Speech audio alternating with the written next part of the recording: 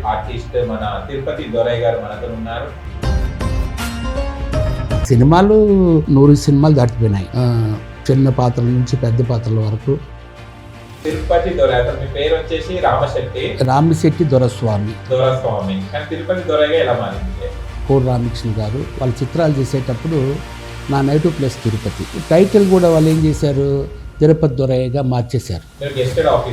Yes, assistant executive ఆఫీసర్గా అంచెలంచెలుగా promotion మీద అసిస్టెంట్ ఎగ్జిక్యూటివ్ ఆఫీసర్గా అయ్యాను. తిరుమల తిరుపతి దేవస్థానంలో 2008 వరకు చేశాను. ఇంకో దాసనారాయణ గారికి మీకు చాలా అనుబంధం ఉంది. దాసనారాయణ మీకు చాలా సపోర్ట్ చేశారు ఇండస్ట్రీలో. ఏంటి మీ అనుబంధం? దాసనారాయణ మీరు ఎప్పుడు పరిచయం అయ్యారు?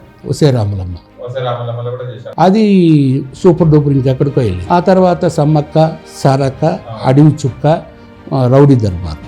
విజయశాంతి గారి ప్రొడ్యూసర్గా 5వ సినిమా ఈయన డైరెక్షన్ చేశాడు. అడవి చుక్క 5 సినిమాల్లో సూపర్ డూపర్ క్యారెక్టర్లు ఇచ్చాడు.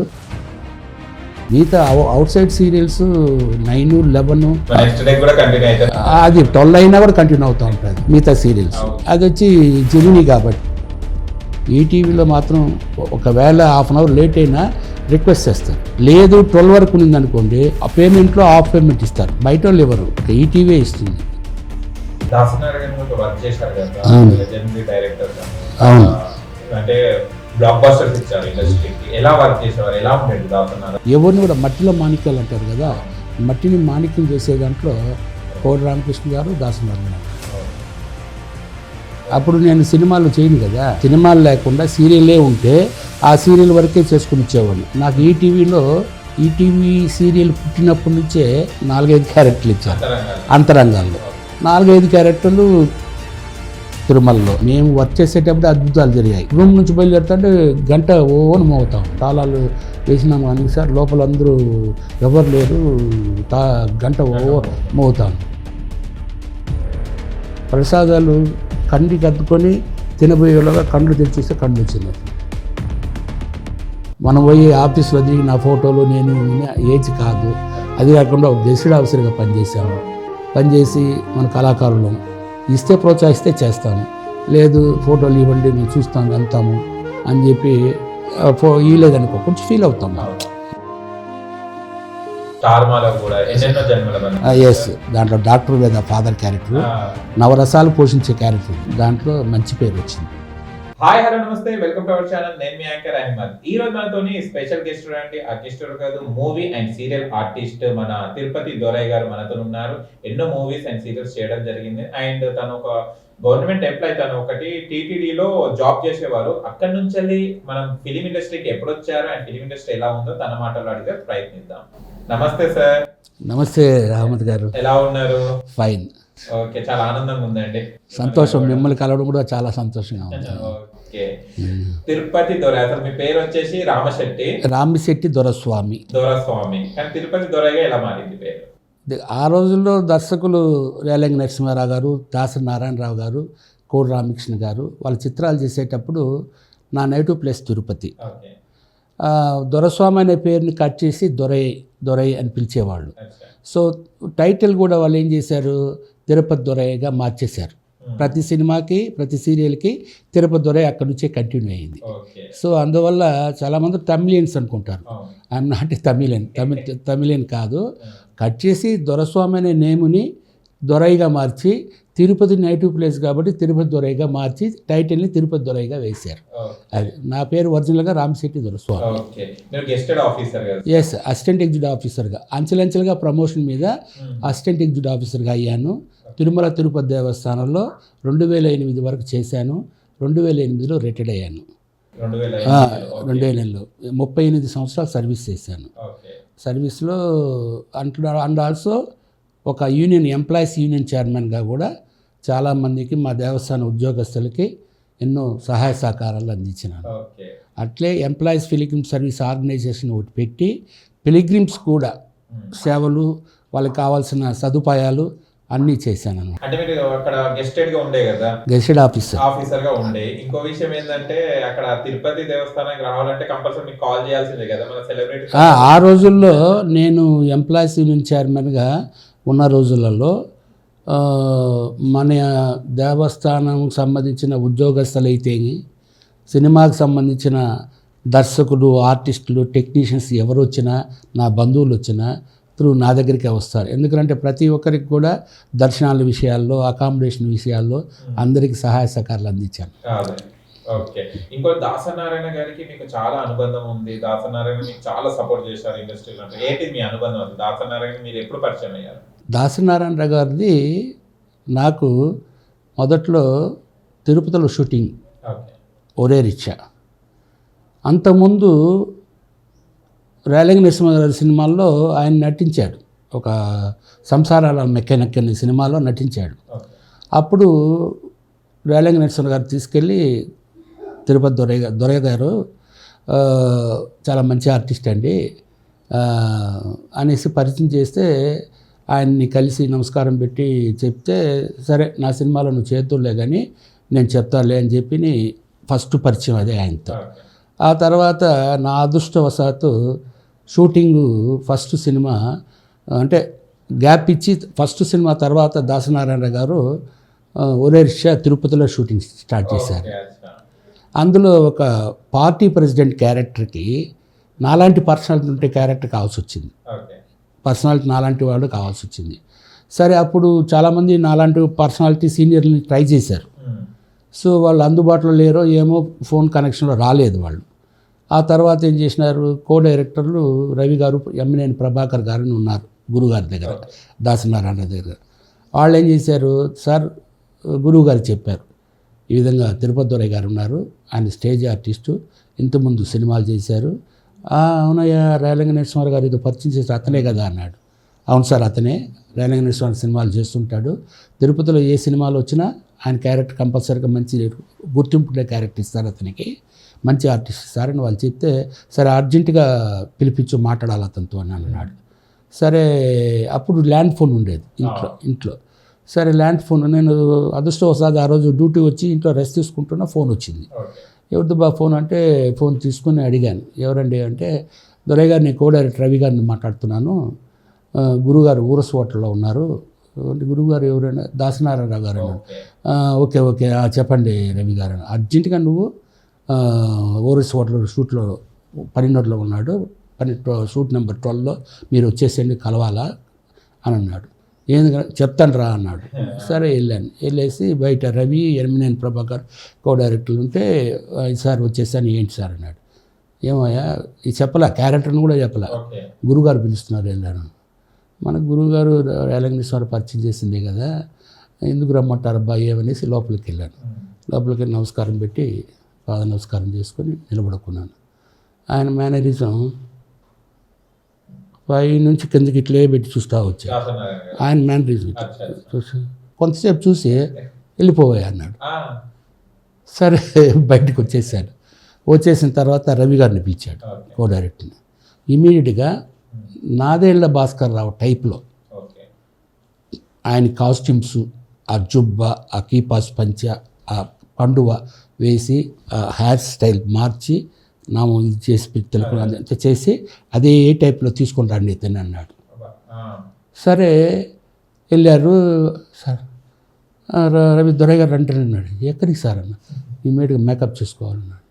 అదేంటి సార్ ఇప్పుడే పిలిచారు, ఇప్పుడే మేకప్ అంటే లేదు గురువుగారు తీసుకొని రమ్మన్నారు అన్నాడు. సరే వెళ్ళాను. వెళ్ళేసి అలా చూశాడు, ఆయన మేనరిజంలో చూశాడు. ఓకే రెడీ నువ్వు వెళ్ళిపో అన్నాడు. వెళ్ళిపోయినాను. షూటింగ్ అప్పుడే అక్కడే, ఆ రోజే అక్కడే, ఆ నైట్ షూటింగ్ అంతే, ఇంకా బయట పంపిలే నన్ను, అక్కడే అన్నారు. సరే అన్నాడు. 20 పేజీల డైలాగులు అవి.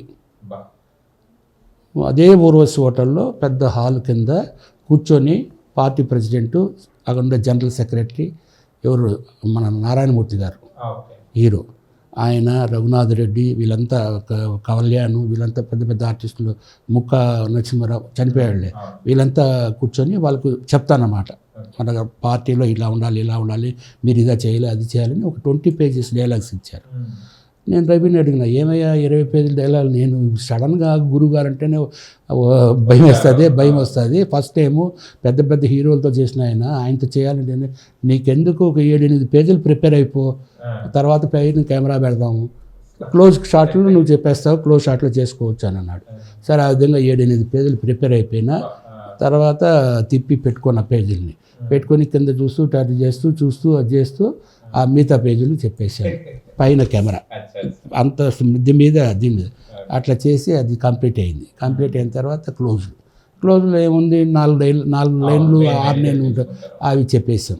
గురుగారు పర్వాలేదు బాగా చేశాడు అని చెప్పాను అన్నాడు. ఇంకా అంతే అక్కడి నుంచి కంటిన్యూ అయిపోయింది. అక్కడి నుంచి క్యారియర్ స్టార్ట్ అయింది. రెండోది ఆయన 7 సంవత్సరాలుగా సినిమాలు తీయలేదు. ఫస్ట్ సినిమా ఇదే. ఆయనకి ఏదో 7 సంవత్సరాల మధ్యలో కొంచెం టైం బాగా లేకుండా సినిమాలు చేయలే ఆయన. ఫస్ట్ సినిమా ఇది. నారాయణమూర్తి రవలి హీరోయిన్ వీళ్ళతో చేశాడు. అది తిరుపతిలో షూటింగ్ పెట్టుకున్నాడు. మినిమం బడ్జెట్తో స్టార్ట్ చేశాడు. సరే అది చేశాను. సెంటిమెంట్గా అది సూపర్ డూపర్ సక్సెస్, ఎక్కడికో వెళ్ళిపోయింది సినిమా. దాంతో బాగా కలెక్షన్స్, మంచి ఆదాయం అనుభవిస్తే సెంటిమెంట్గా ఆ రోజు నుంచి కూడా దొరయ్య గారు అడుగు పెడితే సెంటిమెంట్గా సక్సెస్ అవుతుంది సినిమా అనే ఉద్దేశంతో ఆయన నేను ఎక్కడున్నా ఏ షూటింగ్లో ఉన్నా ఆయన చెప్పేస్తాను వచ్చేస్తే మన సినిమాకి, అందుకు ఆ చిన్న సినిమాలు చేస్తాను, ఇక్కడికి వచ్చేసే పెద్ద సినిమా మంది అనేసి నెక్స్ట్ ఒసే రాములమ్మ త్రూ అవుట్, అది కూడా త్రూ అవుటే. అది సూపర్ డూపర్ ఇంకెక్కడికో వెళ్ళింది. ఆ తర్వాత సమ్మక్క సారక్క, అడవి చుక్క, రౌడీ దర్బార్ మూడో సినిమా, సమ్మక్క సారక్క 4వ సినిమా, విజయశాంతి గారి ప్రొడ్యూసర్గా 5వ సినిమా ఈయన డైరెక్షన్ చేశాడు అడవి చుక్క. 5 సినిమాల్లో సూపర్ డూపర్ క్యారెక్టర్లు ఇచ్చాడు. నన్ను ఎక్కడికో మంచి పొజిషన్ ఇచ్చాడు ఆయన. యాక్చువల్గా చెప్పాలంటే ఆయనే దేవుడు నాకు. ఫస్ట్ రేలంగి నరసింహారావు గారు, ఆ తర్వాత కోటి రామకృష్ణ, తర్వాత మెయిన్ అన్ని ఇచ్చేసింది 5 సినిమాలు దాసనారాయణరావు గారు. అవును. అంటే బ్లాక్ బస్టర్స్ ఇచ్చారు ఇండస్ట్రీకి. ఎలా వర్క్ చేసేవారు, ఎలా ఉండేది దాసనారాయణ? ఆయన యాక్చువల్గా చెప్పాలంటే చాలా స్మూత్. కోపం ఎప్పుడో ఒకసారి వస్తుంది. అది ఎక్సీడ్ అయిపోతే చెప్పి వినకపోతే ఎక్సీడ్ అయిపోతే ఎప్పుడో ఒకసారి కోపం వస్తుంది. అంతేగాని ప్రతి ఒకటి కో-డైరెక్టర్ని పిలిచి చెప్పించావా అతనికి, చెప్పించు సరిగా రావడం లేదు, డైలాగులు చెప్పించాయా బాగా చెప్పించు అతనికి అనేసి చెప్పి చేసి మేనేజ్. ఈవెన్ కోటి రామకృష్ణ వాళ్ళ శిష్యుడు కూడా అంతే, బాగా చేస్తున్నారు దొరయ్య గారు అంటే నన్నే కాదు వేరే వాళ్ళని ఎవరినైనా బాగా చేస్తారు అహ్మద్ గారు మీరు నేను కూడా తట్టేసేవాళ్ళు. తట్టేసి బాగా చెప్పించాడు, నువ్వు రండి అతనికి డైలాగ్ రావడం లేదు అని చెప్పి ఎవరిని కూడా మట్టిలో మాణిక్యాలు అంటారు కదా, మట్టిని మాణిక్యం చేసే దాంట్లో కోడి రామకృష్ణ గారు, దాసనారాయణ గారు. అయితే దాసనారాయణ గారు ఒక ఆర్టిస్టులనే కాదు, ఈ రోజుల్లో ఎక్కువ మంది హీరోలు షైన్ అయ్యి పంచ పొజిషన్లో ఉన్నారంటే దాసనారాయణ గారు. కోడి రామకృష్ణ కూడా చాలామందిని కొత్త ఆర్టిస్టుని ఎంకరేజ్ చేసి పైకి తెప్పించాడు. డైరెక్టర్ల విషయంలో తీసుకొస్తే గురువుగారు దాసనారాయణరావు గారి దగ్గర పనిచేసిన వాళ్ళు ఈరోజు మంచి పొజిషన్లో ఉండి కొంతమంది చనిపోయినారు, కొంతమంది మంచి పొజిషన్లో ఉన్నారు. ఆయన నిజంగా ఒక కింగ్ లాంటివాడు, సినిమా పరిశ్రమకే కింగ్ లాంటివాడు, కింగ్ మేకర్. చాలామంది ఈరోజు సినిమా ఫీల్డ్ ఇంత ఎక్స్ప్లెయిన్ అయ్యి ఇవి బాగుంది అంటే ఓన్లీ ఫర్ దాసనారాయణరావు.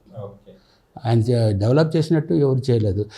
సార్ మీరు జాబ్ చేసుకుంటా అంటే ఒక గెస్టెడ్ అక్కడ ఒక జాబ్ ఉంది మీకు, ఎలా మేనేజ్ చేసేవారు సార్ మూవీస్ లో? మళ్ళీ బ్యాక్ టు బ్యాక్ మీరు మూవీస్ లో కనిపించేది, సీరియల్స్ లో కనిపించేది. అవును సార్, ఎందుకంటే నేను అక్కడ పనిచేసే రోజుల్లో ప్రతి ఆఫీసరు, ప్రతి నా హెడ్ ఎవరున్నా ఎరన్ లీవ్స్ ఉంటాయి మాకు.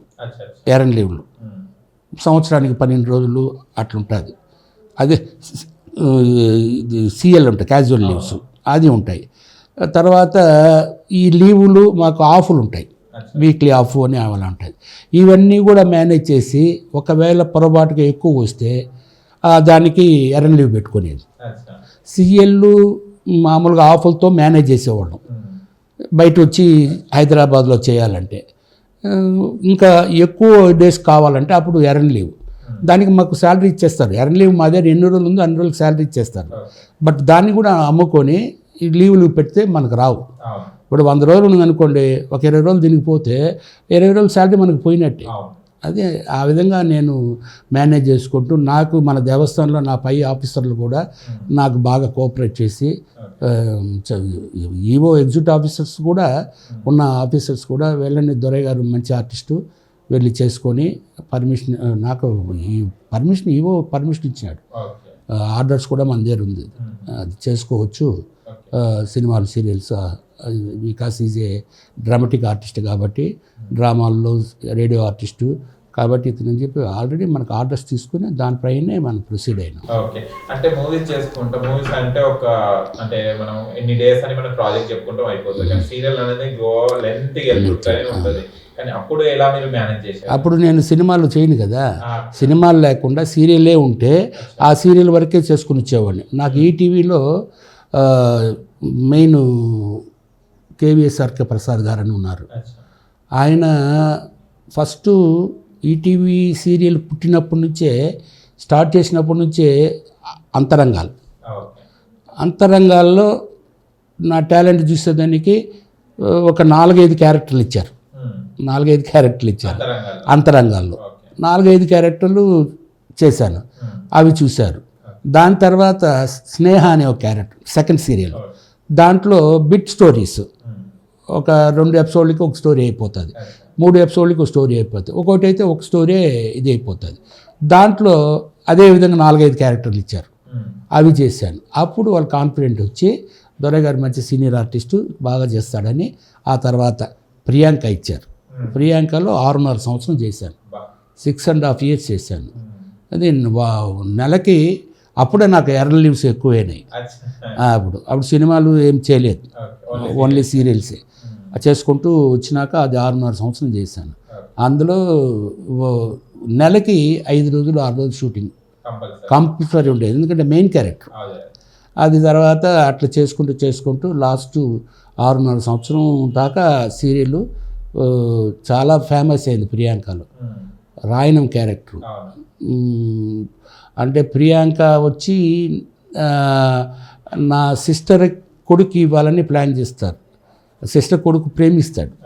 ముందేరంటే మా నాన్నగారు చనిపోయేటప్పుడు మా సిస్టర్కి నీ బ్రదర్ డాక్టర్నే తీసుకుంటానని ప్రామిస్ చేసి ఉంటుంది. ఆ తర్వాత నా సిస్టర్ ఏమో చేయాలని ఉంటుంది నా డాక్టర్తోటే వాళ్ళ అబ్బాయికి. బట్ వాడు ఒక టెంపుల్లో పోయి ఆ అమ్మాయిని చూసి ప్రేమించి ఆ అమ్మాయిని లవ్ చేసి ఇంకా అక్కడి నుంచే సాగే సబ్జెక్టే ఇదంతా. మొత్తం రివెంజ్ ఎట్లా తీసుకోవాలా, ట్రాక్ ఎట్లా టర్నింగ్ అవ్వాలి, అవన్నీ చేసుకునేది ప్రియాంక. అది చాలా మంచి ఫేమస్ అయిన సీరియల్ అది. కానీ సార్ సీరియల్స్ అంటే చాలా రిస్కీతో కూడుకు, అంటే మార్నింగ్ లేవాలి, షెడ్యూల్స్ పడుతుంటాయి కంటిన్యూగా, ఎలా మేనేజ్ చేసేవారు? మార్నింగ్ 5 o'clock లేసేవాడిని, లేచేసి 6 o'clock అంతా రెడీ అయిపోయేవాడిని. అయితే అప్పుడు మన కారు ఉంటే మన కారులో వెళ్ళేవాళ్ళం. అప్పుడు వాళ్ళ కారే పంపించేవాళ్ళు. 6:30కి అంతా కారు వచ్చేస్తుంది. 7 o'clock అంతా మనం లొకేషన్ 7:30 బిఫోర్ 8 వెళ్ళిపోతాం. బిఫోర్ 8 రాంబోజ్ ఫిల్మ్ సెట్ అయితే బిఫోర్ 8. ఇక్కడికి చుట్టుపక్కల పరిసరాంతలో లోకల్ అయితే హైదరాబాద్ ఇక్కడ సిటీలో అయితే 1/2 hour 45 minutesలో వెళ్ళిపోతాం. సో అట్లా చేసుకుంటూ సీరియల్స్ అంటే no timings, but ETV perfect. 8 o'clock start చేస్తే బిఫోర్ 8 పంపించేస్తారు. మిగతా అవుట్ సైడ్ సీరియల్స్ 9, 11 అది 12 అయినా కూడా కంటిన్యూ అవుతూ ఉంటుంది మిగతా సీరియల్స్. కంటిన్యూ అయ్యింది. అది వచ్చి జెమినీ కాబట్టి, మంజులా నాయుడు వాళ్ళది కాబట్టి మనం కాదనలేము కదా. ఆర్టిస్టులు అంతా సైలెంట్గా ఉన్నప్పుడు మనం ఏంటి ఆ విధంగా మనం ఫైట్ చేయలేము. So we can also adjust for that ఆ వేలో. ఎందుకంటే వాళ్ళు చేస్తున్నారు, వాళ్ళకి కొంచెం గెయిన్ ఆదాయం రావాలి. ఆదాయం వచ్చినప్పుడు మనంతా కోఆపరేట్ చేస్తేనే కదా వాళ్ళకి ఆదాయం వస్తుంది. సో అందువల్ల నేను కూడా అడ్జస్ట్ అయిపోయి కోఆపరేట్ చేసి డైరెక్టర్లు కూడా మనం అంటే చాలా లైకింగ్. ఎందుకంటే మంచి ఆర్టిస్టు, తన టైమింగు పర్ఫెక్ట్గా బిఫోర్ 8 ఉంటాడు, చేసుకుంటాడు, ఎక్కడ డిస్టర్బెన్స్ ఉండదు. నైట్ లేట్ అయినా అడ్జస్ట్ చేసుకుని పోతాడు. ఆ నేమ్ సంపాదించుకున్నాను సీరియల్స్లో కూడా.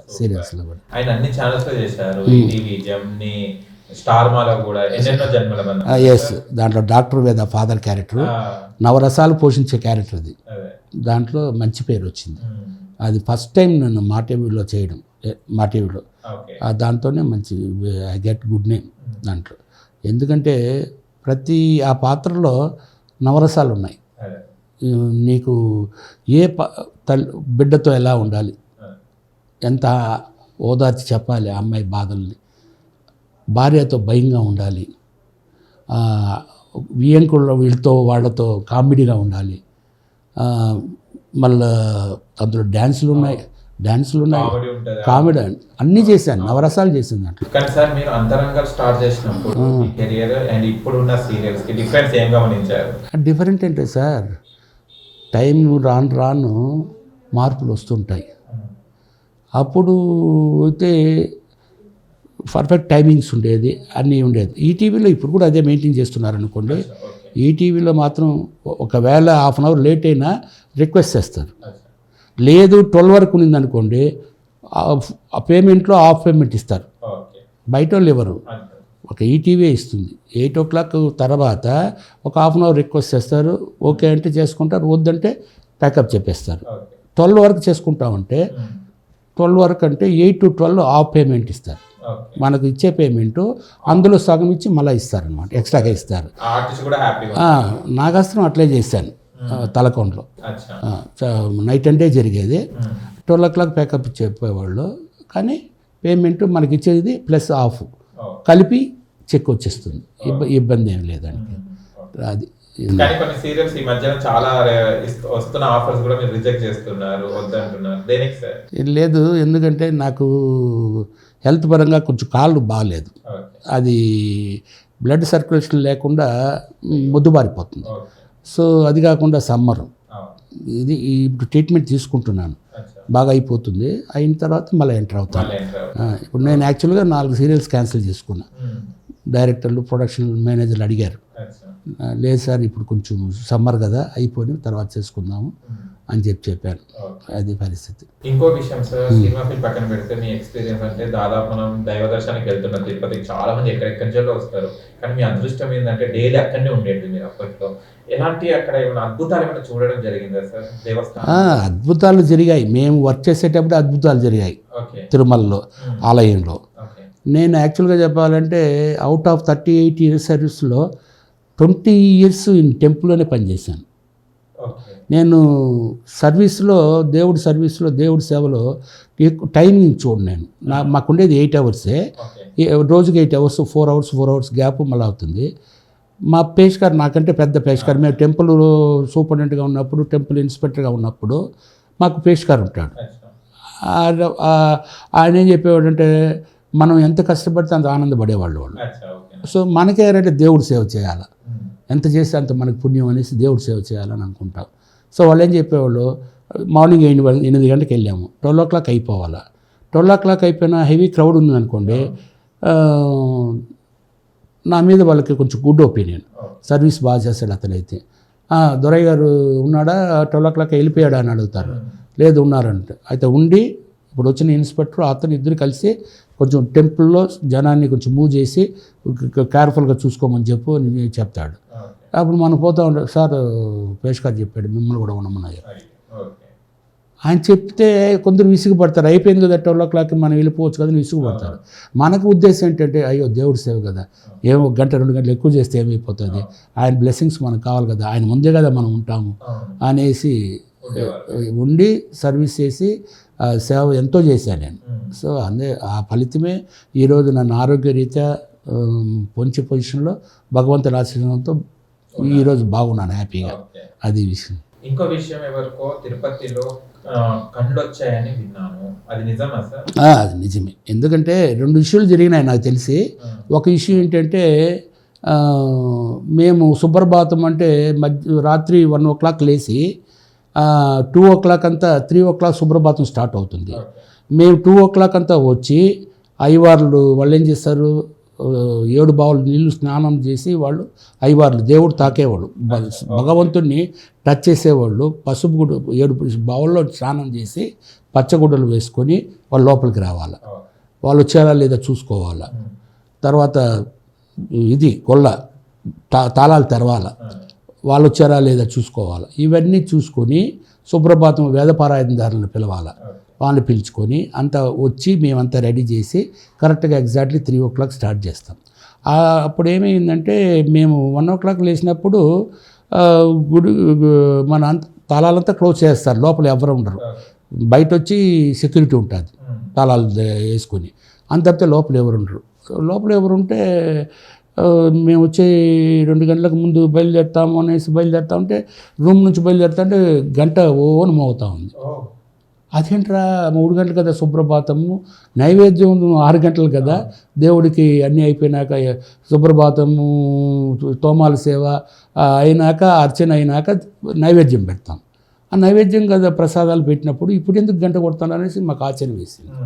సరే అధరావధరం పరిగెత్తి లోపల తడితే సెక్యూరిటీ సార్ ఏమంటే లోపల తాళాలు వేసినాం కానీ సార్ లోపల అందరూ ఎవరు లేరు, గంట మోగుతాను.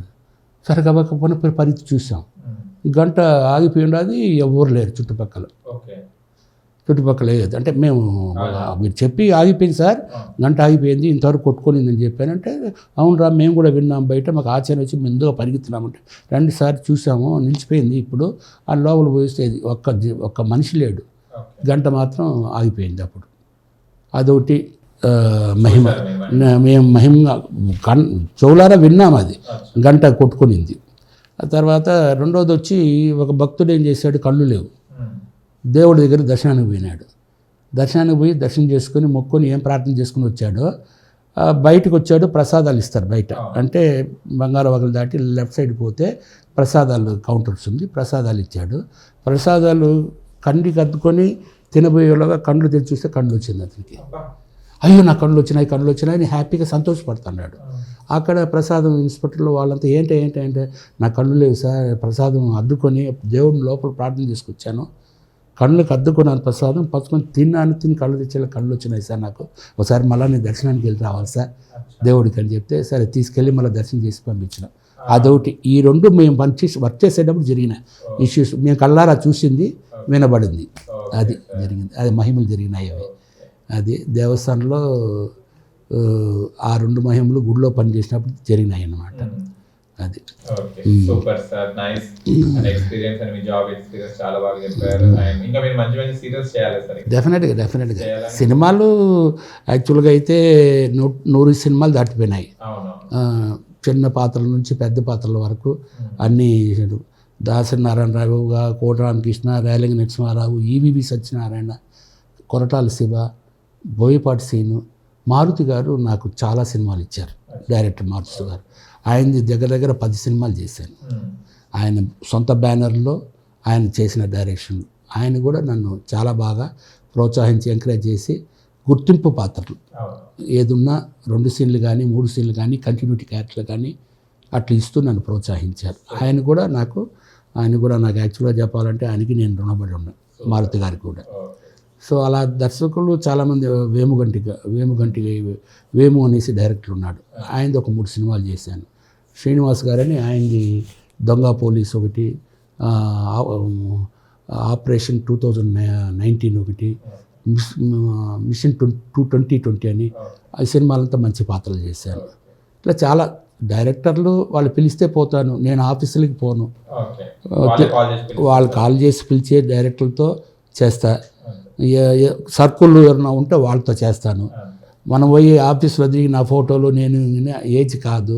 అది కాకుండా ఒక గెస్టెడ్ ఆఫీసర్గా పనిచేసి మన కళాకారులు ఇస్తే ప్రోత్సహిస్తే చేస్తాము, లేదు ఫోటోలు ఇవ్వండి మేము చూస్తాము వెళ్తాము అని చెప్పి ఇవ్వలేదనుకో కొంచెం ఫీల్ అవుతాం. మన లెవెల్లో మనం ఫీల్ అవుతాం. సో కళాకారులుగా అట్లా చాలామంది తిరుగుతారు, క్యారెక్టర్లు సంపాదించుకుంటారు, అది కరెక్టే. ఆఫీసులు తిరిగి క్యారెక్టర్లు సంపాదించుకున్న వాళ్ళు యాక్చువల్గా చెప్పాలంటే వాళ్ళు కొంచెం కష్టపడిన వాళ్ళే యాక్చువల్గా. లేదా అలాంటి పోతే క్యారెక్టర్లో 100కి 20%, 10% అలాంటి వాళ్ళకి ఇస్తారు. మీతంతా వాళ్ళు సెట్ అయిపోయి ఉంటుంది, వాళ్ళకి మీతంతా వాళ్ళు కలుసుకుని వాళ్ళకి కావాల్సిన వాళ్ళకి చేసుకుంటారు. సినిమా ఫీల్డ్లో మనకు గాడ్ ఫాదర్ అంటూ ఉండాలి, లేకపోతే షైన్ కాలేరు ఎవడైనా. అది ప్రొడ్యూసర్గా కానీ డైరెక్టర్గా కానీ ఎవరో ఒకరు ఉండాలి మనకు. అది thank you sir, welcome. Thank you so much. And మా స్టూడియోకి వచ్చినందుకు అండ్ మీ ఎక్స్పీరియన్స్ని మాతో షేర్ చేసుకున్నందుకు చాలా ఆనందంగా ఉంది.